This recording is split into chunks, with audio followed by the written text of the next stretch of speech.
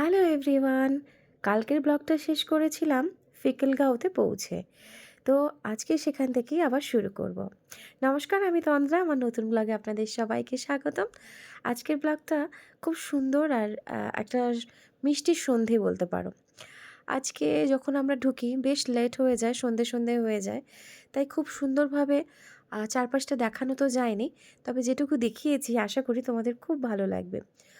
হোমস্টেটা এত সুন্দর ছিল, জানলা খুলেই কাঞ্চনজঙ্ঘা, আর এত সুন্দর ডেকোরেট করা ছিল যে সত্যি বলতে এখানে গোটা ৫-৬ দিন আরামসে কাটিয়ে দেওয়া যায়।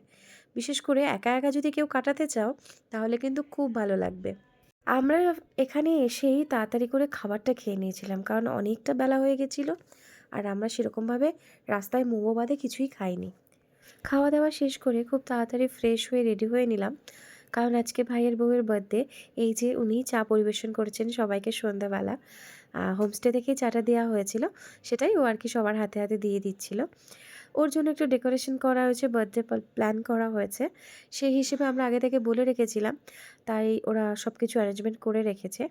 সন্ধ্যেটা কিন্তু বেশ ভালো করে কাটানো হলো। দেখো খুব সুন্দর ডেকোরেশন হয়েছে, খুব সুন্দর অর্কিড, অরিজিনাল অর্কিড কিন্তু এগুলো।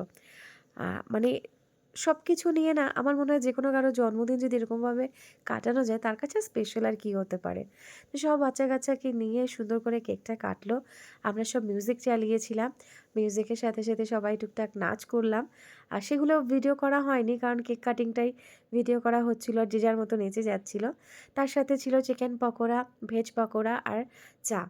আর এই দেখো দুটো বাচ্চা সারা দিন দুষ্টুমি করে চলেছে। যাই হোক, অনেকক্ষণ রাস্তায় থাকার জন্য খুব একটা শরীরের জুত কারোই ছিল না, তাই সবাই তাড়াতাড়ি ডিনার করে ঘুমিয়ে পড়লাম।